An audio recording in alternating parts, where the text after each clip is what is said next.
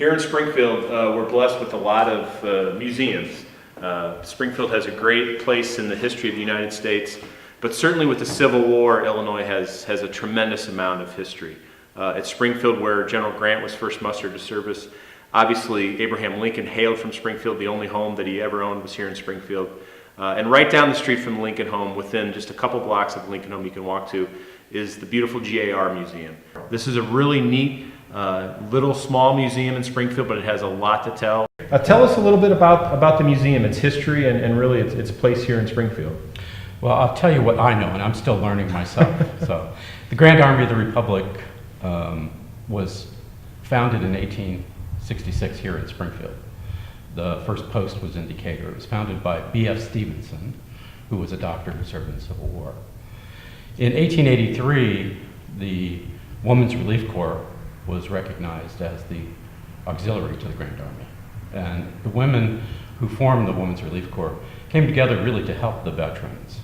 So this museum has become a repository of items with the women in correlation to the Women's Relief Corps and the GAR, but also some really neat items to do with the Civil War, not necessarily GAR focused, but just items that has been obtained through the Civil War. So what are some of those things we have here at the museum? Well, I think some of the more interesting items is that we do have a diary from a man who was imprisoned at Andersonville. Which is an infamous Which is a very notorious prison camp where thousands of Union soldiers died.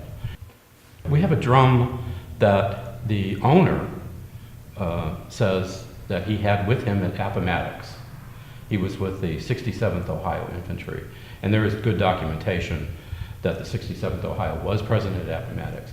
He says it beat the last reveille at Appomattox, which means it beat reveille for the last day of the Civil War. Finally, General Logan, John A. Logan, is a really famous general in the Civil War. Yes.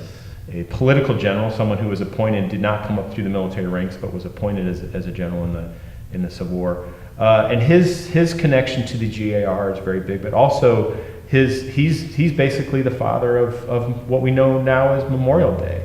And this will be the 150th anniversary this year. And yes. I would encourage people to check out the GAR Museum here in Springfield. This is a real gem in our community. We have so many of these smaller museums that continue to tell the story of Illinois and certainly our history in the Civil War. Well, Chuck, thank you very much. This has been a great tour, and hopefully we'll get some people in the door and visit the GAR Museum.